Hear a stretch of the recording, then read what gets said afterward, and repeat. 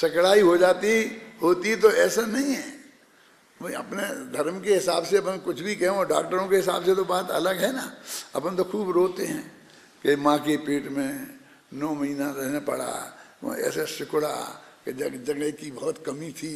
आता है ना, वो कैसे बोलते पंक्ति, बोलो ना पूजन की।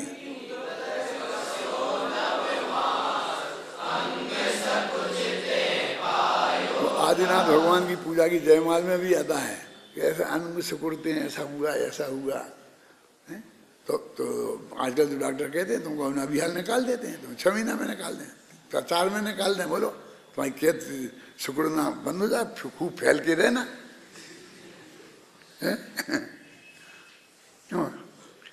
डॉक्टर कहते हैं नहीं, बाहर तुम निकल आओगे बेटा समय के पहले, बच नहीं पाओगे, जिंदा नहीं रह पाओगे। इतने संकोच के वहां रहोगे सिकुड़ के बहुत, तो तुम जिंदा रहोगे, सुरक्षित हो, है कि नहीं? बोलिए। अब तो आज के जमाने में तो निकाल लें फटाफट। वो कहते हैं जिस तरह की तुम्हारी पोजीशन है उस तरह में तुम वहीं सुरक्षित हो, और जब तुम इसके काबिल हो जाओगे कि माँ के पेट के बिना भी जिंदा रह सकते हो, तो तुम्हें निकाल लेंगे, अपने आप ही निकल आओगे 99%, नहीं तो हम निकाल लेंगे। निकालने की तरकीब तो हो गई आजकल, पेट चीर के निकाल लेंगे 2 मिनट में, क्या है। तो ये अपन अंग से कुछ अरे तेरे को सकुचने की ताकत है, और सकुचने से कोई तकलीफ नहीं होती है। अब घबराना नहीं, वो शरीर है वहां होती होगी, वो तकलीफ की जो बात कहता रहे दौलत राम जी या कोई भी राम जी उनसे मैं विरोध नहीं कर रहा हूं, लेकिन आत्मा के प्रदेशों में तो नहीं है ना। तुम जिंदगी भर छोटे रहोगे तो उसकी वजह से तुम्हें कोई तकलीफ नहीं होगी। तो लोकाकाश प्रमाण। इसलिए प्रदेशों के संकोच विस्तार से सुख दुख का कोई संबंध नहीं है, इसलिए उनकी उतनी ज्यादा चर्चा नहीं होती है। और गुणों के परिणमन पर्याय, गुणों पर्याय के बारे में चर्चा ज्यादा होती है, क्योंकि उनका उस सुख दुख से संबंध बनता है। तो अब कहते जिस प्रकार सोने के उदाहरण से, अब वो उन्हें तो ये पता कि अभी हाल हम बता के आए हैं, और तुम्हारे लिए तो 15 दिन हो गए ना छूटे, देखा ना। तो अभी तुमको तो वो करना पड़ेगा, घर पे जाकर देख के पढ़ना अभी पहले से। तो क्या, जिस प्रकार द्रव्य क्षेत्र काल और भाव से सोने से अपृथक कर्ता करण और अधिकरण रूप, अब देखो ये भी डाला कर्ता, उसका उनके कर्ता भी वे ही हैं, करण भी वे ही हैं, और अधिकरण वो 2 क्यों छोड़ दिए, संविधान अपादान, उन्हें भी ले लेते।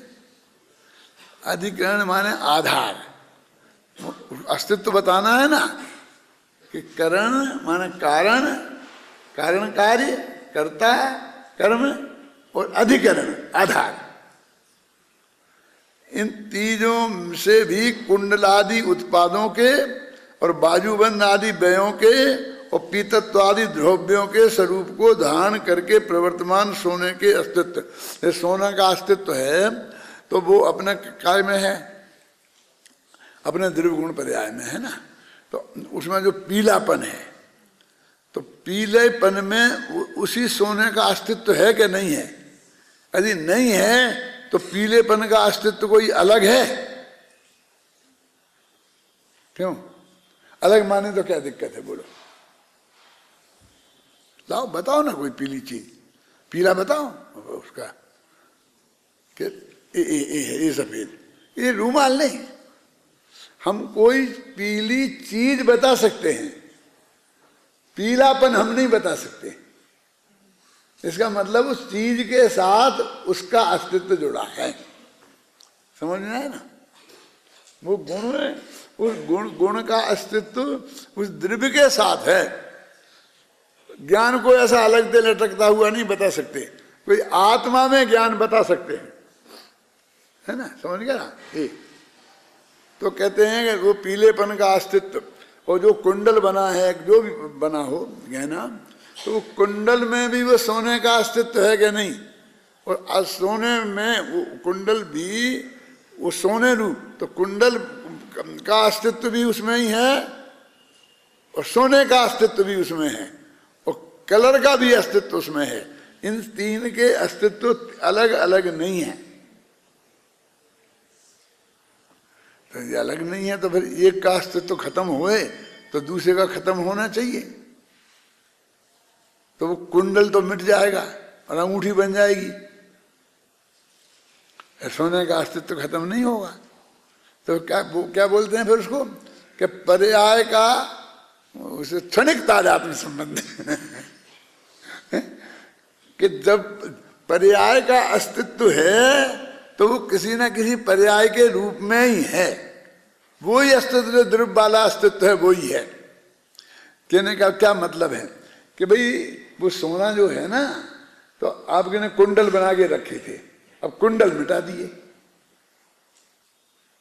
तो अस्तित्व खत्म हो जाएगा कि द्रव्य का तो रहेगा, सोने का तो रहेगा और पीलापन का भी रहेगा, गुण का रहेगा और पर्याय का। क्यों कि जो गहना हम बनाएंगे उस गहने रूप हो जाएगा। तो पर्याय का भी रहा ना, ये तो नहीं कहा था पर्टिकुलर पर्याय की बात हमने। तो द्रव्य गुण पर्याय तीनों उसमें रहेंगे रहेंगे और रहेंगे। क्यों? ठीक है, जरा सोचना, हमने कुछ नहीं बनाया उसका, फिर क्या होगा? फिर तो खत्म हो जाएगी ना। है? क्या है? अरे नहीं बनाई तो डली के रूप में रहेगी, बिस्कुट के रूप में रहेगा। तुम्हारे बनाने में नहीं, तुम्हारे राग से थोड़ी निर्णय होगा वस्तु के स्वरूप का। तुम्हारा विकल्प है कि हम ये सब बनाएं, अब तुमने नहीं बनाया, विकल्प कुछ नहीं है। तो सोना तो किसी रूप में रहेगा ना, सोना किसी न किसी रूप में अवश्य रहेगा, समझ गए ना। और द्रव्य गुण पर्याय तो कहते तीनों में उसका अस्तित्व, अब वो उत्पन्न होगा तो उत्पाद का अस्तित्व भी उसी में है, वो अलग नहीं है। व्यय का अस्तित्व भी उसी में है और वो उत्पाद व्यय रहे फिर भी वो कायम रहेगा। ये बना ये टूटा, ये बना ये टूटा, ये बना 50 बना है। आजकल तो ऐसा कहते हैं, क्या पता नहीं मुझे समय का, आजकल तो ऐसा कहते हैं कि भैया 2-4 दफे सोनार के घर गया ना तो बस खत्म हो जाएगा सोना। तुमने फूफा का सुना है ना, सोने के फूफा का सुना क्या नहीं सुना? किसने ने सुना? हाथ उठाओ। सोने का फूफा, बस 2-4 नहीं, बाकी नहीं सुना वे लोग हाथ उठाओ।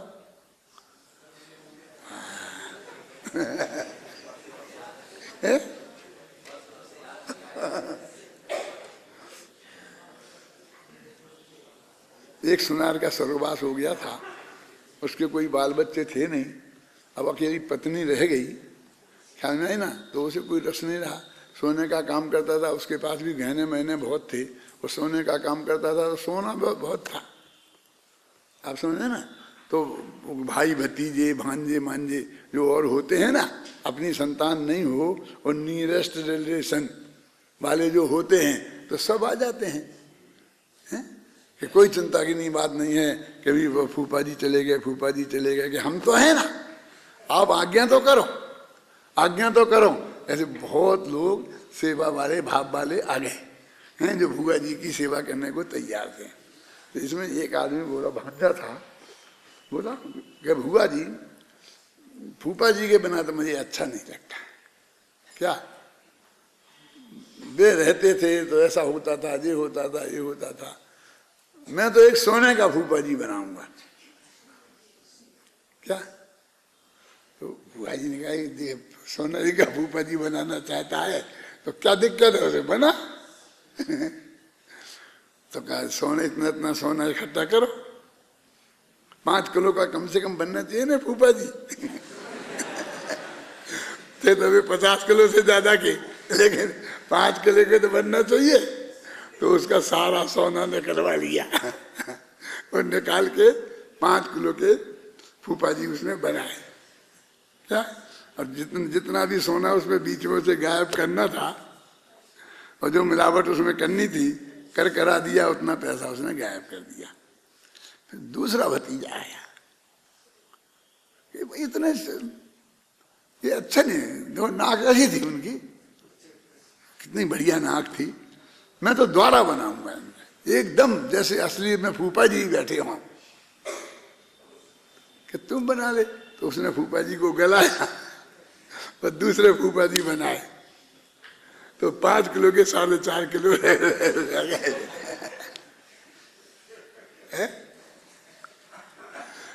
ऐसे कई भाई भतीजे थे तो होते होते जब 1 किलो के रह गए वो, फिर भी कोई आया कि बुआ जी तुम्हें ऐसा लगता है ऐसे थे फूफा जी का बेटा अब तो फूफा जी में रह गए, अब कुछ रहा ही नहीं है, अब तो तुम पीछा छोड़ो। तो ऐसे ही हम कहेंगे वो सोना ही खत्म हो जाए, तुम्हारे लिए खत्म हो गया वो जो सोना, फूफा जी के लिए उस बुआ जी के लिए खत्म हो गया, लेकिन वो सोना तो जहां भी होगा वो अभी भी सोने के रूप में ही होगा, समझ गए ना। सोना खत्म नहीं होता।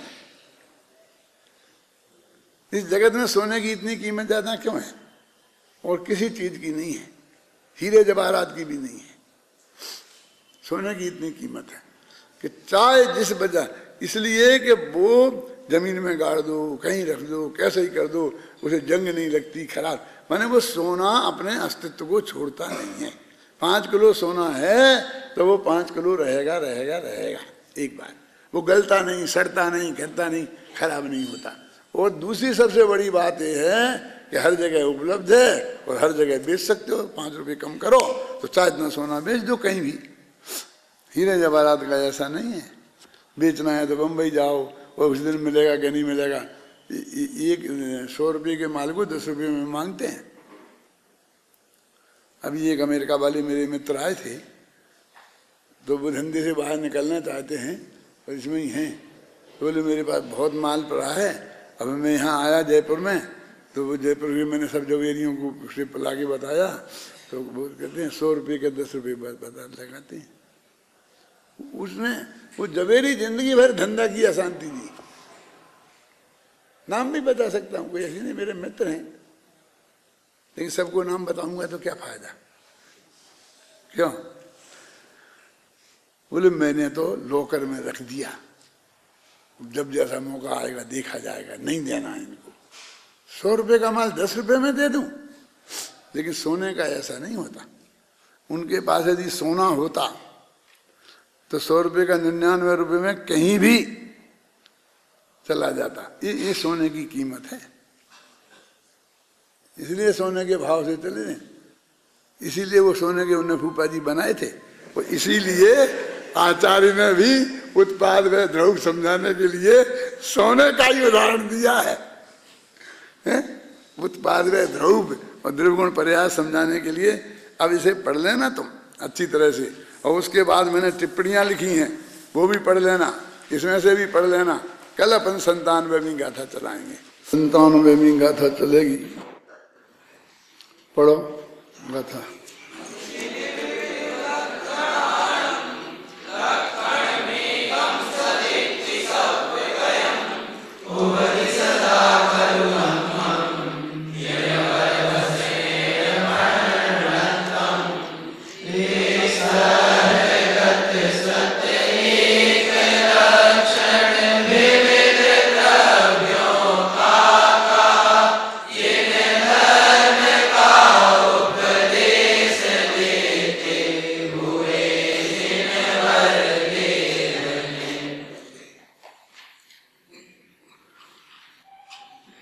कितनी सीधी सरल भाषा में एक बात कही है कि जितने भी सारे पदार्थ हैं उनके अपने अपने अलग अलग लक्षण हैं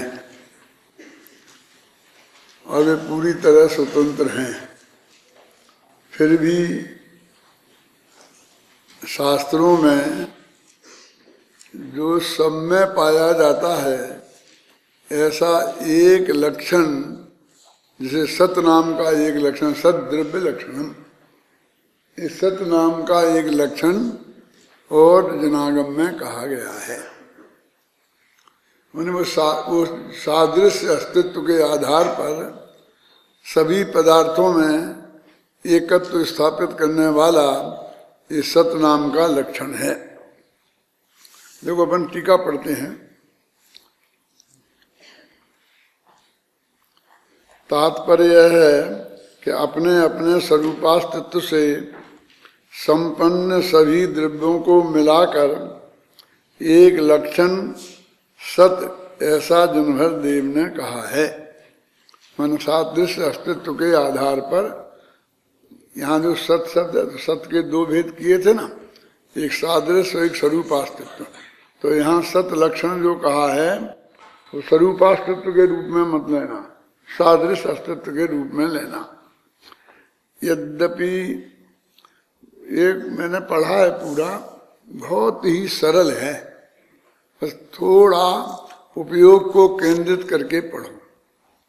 तो इसका बिल्कुल इसके बारे में एक शब्द भी बोलने की जरूरत नहीं है। देखो, यद्यपि इस श्लोक में विचित्रता से विस्तारित सभी द्रव्य अन्य द्रव्यों से व्यावृत रहकर अपने अपनी सीमा में रहते हुए विशेष लक्षण भूत स्वरूपास्तित्व से लक्षित होते हैं। ये यद्यपि है, इसके बाद तथापि आएगा। कहते हैं यद्यपि लोक में विचित्रता को इसमें विस्तारित, माने कई तरह के द्रव्य हैं, जीव हैं, अजीव हैं, धर्म हैं, अधर्म हैं, माने अनेक प्रकार के जो द्रव्य हैं वे सभी द्रव्य अन्य द्रव्यों से व्यावृत करने वाले, अन्य द्रव्यों से जो उनको भिन्न सिद्ध करते हैं, ऐसे लक्षणों से संपन्न हैं। लक्षण की परिभाषा ना, अन्य से व्यावृत्ति जो करें, शायद राजवार्तक में ये परिभाषा दी है ना, न्याय दीपिका में पढ़ी होगी तुमने। हेतु लक्षण व्यतिकीर्ण वस्तु व्यावृत्ति हेतु लक्षण। तो कहते अन्य द्रव्यों से अपनी व्यावृत्ति के लिए, अपनी पृथकता स्थापित करने के लिए प्रत्येक का अपना अपना लक्षण बिल्कुल जो स्वरूपास्तित्व के रूप में है वो हरेक में विद्यमान है। यद्यपि ये सब विद्यमान है, अब जरूरत क्या थी? कि सवाल जरूरत का थोड़ी है। जरूरत है ये भी बताएंगे क्या जरूरत है, लेकिन जरूरत नहीं भी हो तो सारी दुनिया तुम्हारी जरूरत के हिसाब से थोड़ी चलती है। लोक में जो है वो है, वो तुम्हारी जरूरत हो तो है और नहीं हो तो है। स्वरूपास्तित्व के अवलंबन से, हाँ ये हो गया ना, उत्पन्न होने वाले, नहीं कहाँ आ गए ऊपर, तथापि सभी द्रव्यों का विचित्रता के विस्तार को अस्त करता हुआ, अब वो विस्तार है ना, हरेक के स्वरूपास्तित्व का लक्षण है और वो ऊपर उठ रहा है, उभर रहा है सब। तो कहते उसको जरा अस्त कर दो। अस्त कर दो, कैसे अस्त किया जाता भैया? अब नए चक्र की क्लास अभी चल रही थी ना, बस गुण गुण कैसे किया जाता है? चुप्पी, उसके बारे में चुप्पी साधना, वो यही गौण करने का अर्थ है। इससे अधिक कोई गौण करने का अर्थ नहीं है। आज सुबह जो प्रवचन चल रहा था तो उसमें जो पूछा गया था जिन लोगों से कि क्या है सारांश इसका है, और फिर किसी ने कुछ कमेंट ज़्यादा कुछ किया नहीं, कुछ बता नहीं पाया वो लड़का। तो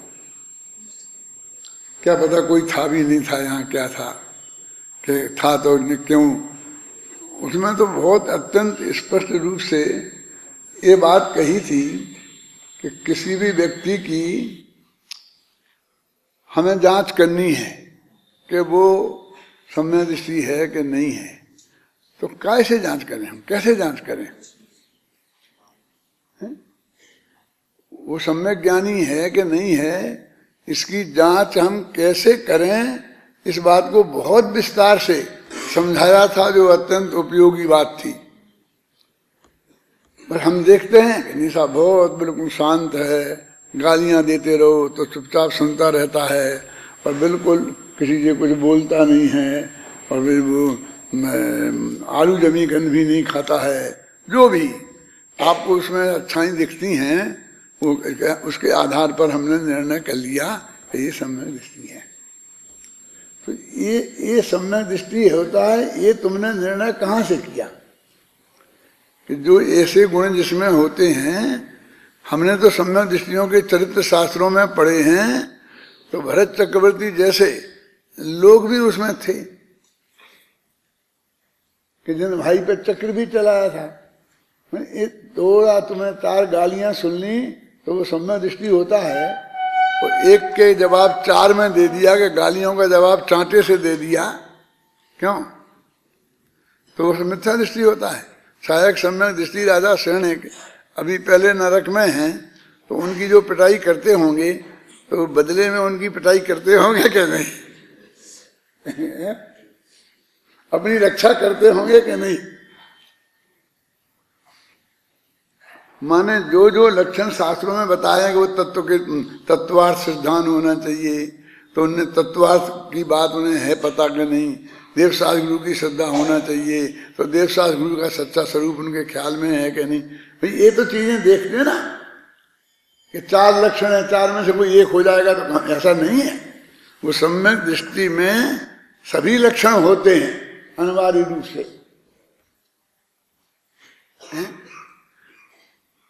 तो उसमें एक मुद्दे की बात कही थी कि हम चाहे जिसको चाहे जहां जैसा घुसत फिरते हैं, तो उसने एक लाइन लिखी नहीं है और तुमने उसके शकल देखी नहीं है, प्रवचन भी सुना नहीं है, तो काय के आधार पर तुम नक्की कर लिया?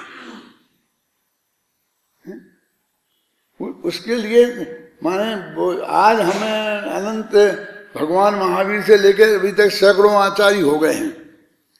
अगले कुंड कुंड ही सम्यक ज्ञानी धर्मात्मा थे। इस बात की हम कैसे कहते हैं? क्योंकि हमने उनका समय सार प्रवचन सार पढ़ा है। अब जिनने आचार्यों ने एक लाइन नहीं लिखी और आज वे हैं नहीं,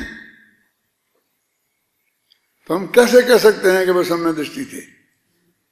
लेकिन ये भी कैसे कह सकते हैं कि वो सम्यक दृष्टि नहीं थे? तो उनके बारे में जबान खोलना ये समझदारी का काम है।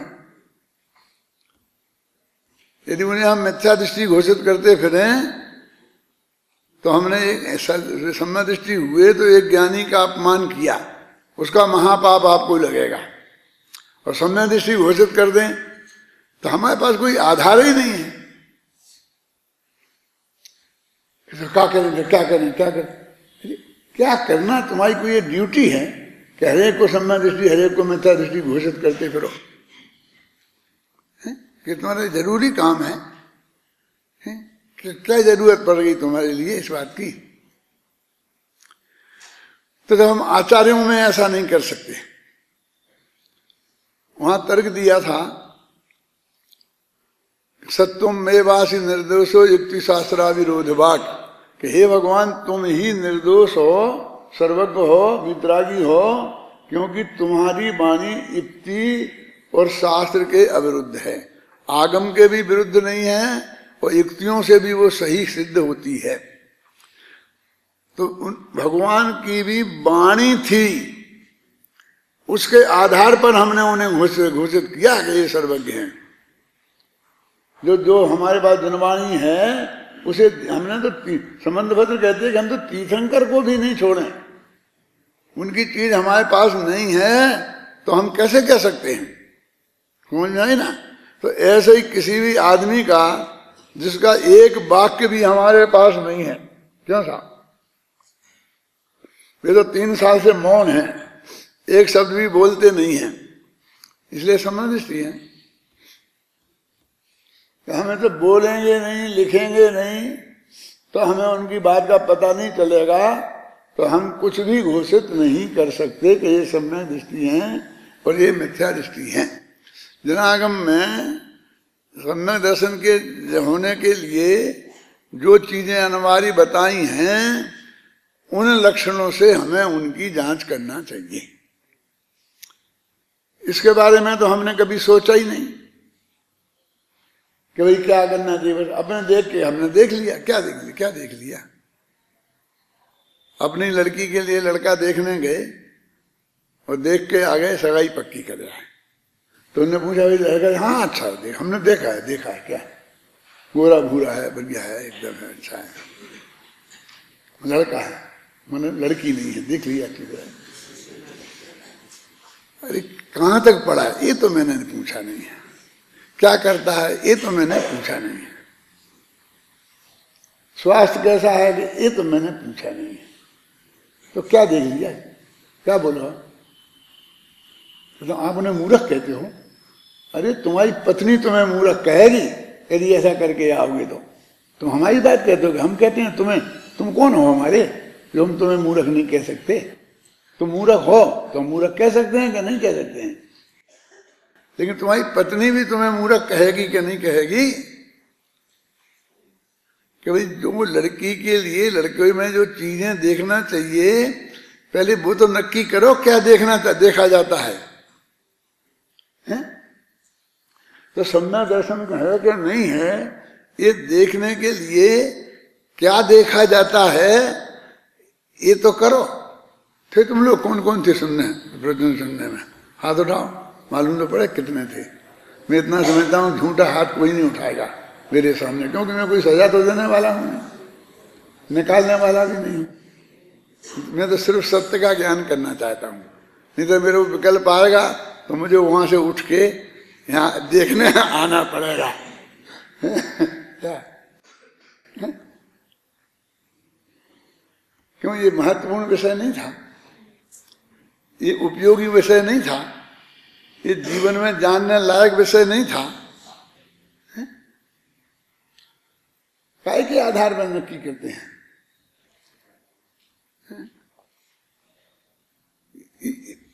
इसे देखने का नाम है कि मुझे बाल थे कि नहीं थे, कि बाल झड़ गए थे कि नहीं झड़ गए थे, कि घुटी चांद थी कि उसमें कोई क्या था, ये सब देखने का नाम है। सम्यक दृष्टि को कैसे देखा जाएगा?